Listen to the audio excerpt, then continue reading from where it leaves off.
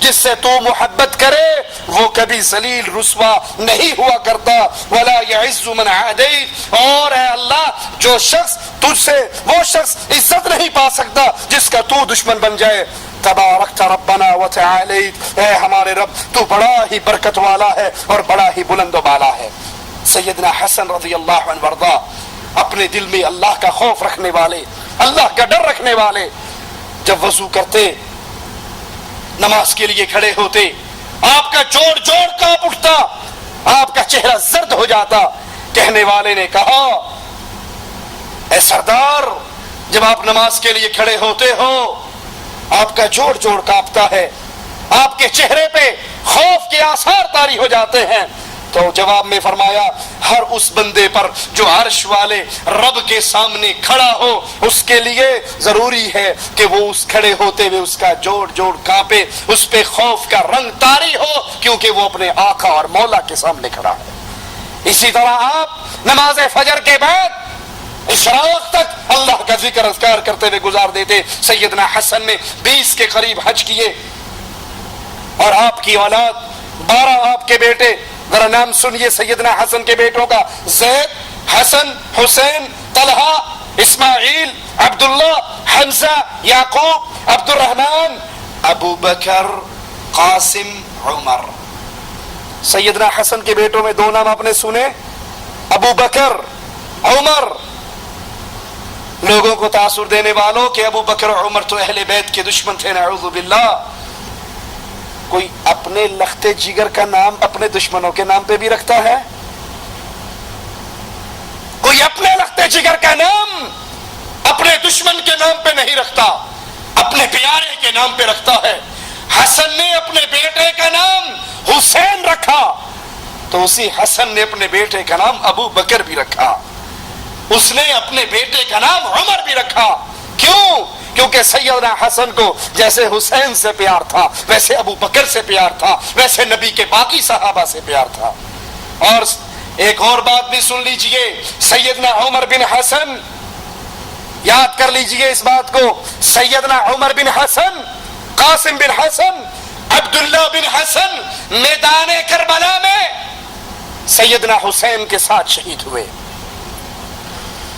کربلا کے قصے سنانے والے ذاکروں سے کبھی نہیں سنو گے وہ بتا دیں کہ عمر بن حسن حسین کے ساتھ شہید ہوئے. اگر وہ لوگوں کو کہے کہ واقعی عمر بن حسن بھی کربلا میں سیدنا حسین کے ساتھ شہید ہوئے، سوال کرنے والا کرے گا کہ یہ عمر حسن کے خانوادے میں کیسے آ گیا؟ حسن نے اپنے بیٹے کا نام عمر کیوں رکھا؟ تم تو دن رات ایک ہی پٹی پڑھاتے ہو کہ ابو بکر بھی نعوذ باللہ ظالم تھا، عمر بھی ظالم تھا، اہل بیت کے دشمن تھے اور نعوذ باللہ کافر تھے اور ملعون تھے. لا حول ولا قوت الا باللہ، نقل کفر نباشد. تم اپنے جاہلوں کو یہ پٹی پڑھاتے ہو، اور اگر تمہاری منہ سے یہ بات نکل جائے کہ عمر بن حسن بن علی بن ابی طالب حسین رضی اللہ عنہ وارضا کے ساتھ کربلا کے میدان میں شہید ہوئے، تو سوال کرنے والے تمہیں نہیں چھوڑیں گے کہ عمر حسن حسین کے گھرانے میں کہاں سے آ گئے. علی کے بیٹوں نے اپنے بیٹوں کا نام عمر کیوں رکھا، ابو بکر کیوں رکھا؟ سیدنا حسن رضی اللہ عنہ وارضا اپنی زندگی کی 47 بہاریں دے کر تقریباً 49 یا 50 ہجری کو باوجہ زہر شہادت کا پیالہ جام نوش فرما گئے.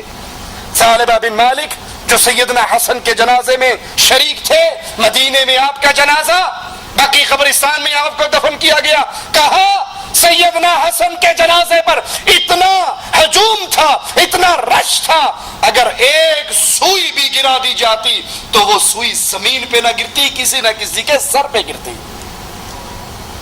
اتنا رش تھا، اتنا ہجوم تھا، اتنے لوگ سیدنا حسن کا جنازہ پڑھنے کے لیے آئے. آخری بات کہہ کر اپنی بات کو ختم کرتا ہوں.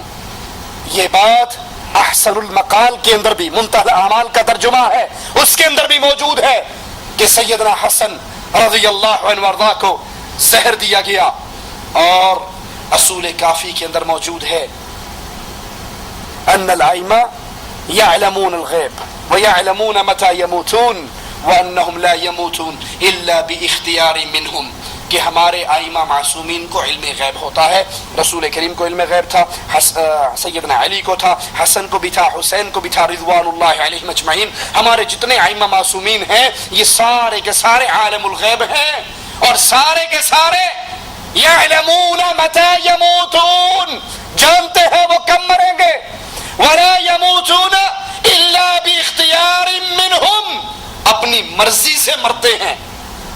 روایت سن لی آپ نے.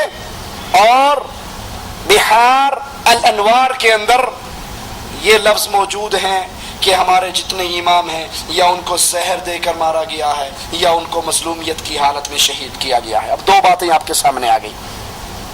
ایک طرف دعویٰ ہے کہ سیدنا حسن کو علم غیب تھا, تمام ائمہ معصومین کو علم غیب ہے, اور ایک طرف تسلیم کرتے ہیں کہ سیدنا حسن کو زہر دے کر مارا گیا. اے عقل مند لوگوں, ایک لمحے کے لیے یہ رب کی دی ہوئی عقل استعمال تو کرو. اگر سیدنا حسن کو علم غیب ہوتا تو ان کو پتا ہوتا نا یہ پانی یا یہ کھانا اس میں زہر ہے, انہیں پتا ہوتا نا, تو پھر وہ زہر والا کھانا کیوں کھاتے؟ حسن کے نانا محمد کریم صلی اللہ علیہ وسلم کو خیبر کے اندر زہر والا کھانا دیا گیا, وہ کھانا آپ نے اپنے منہ مبارک میں ڈال لیا. وفات کے قریب کہا عائشہ رضی اللہ تعالی عنہا, مومنوں کی ماں کو خطاب کرتے ہوئے کہا, وہ زہر جو میں نے خیبر میں کھایا تھا آج میری رگوں کو کاٹ رہا ہے. نبی کو بھی علم غیب نہ تھا, اللہ نے وحی کر کے بتایا. آپ نے وہ زہر والا کھانا چبا لیا, اور آپ کی وفات اسی زہر کے اثر سے ہوئی. اور آپ کے پیارے نواسے, آپ کے پھول حسن نے بھی زہر والا کھانا کھایا. اگر ان کو عالم الغیب مانتے ہو تو کیا تسلیم کرو گے کہ غیب جاننے والا جان بوجھ کر زہر کھا گیا؟ علم غیب ایک اللہ کا خاصہ ہے.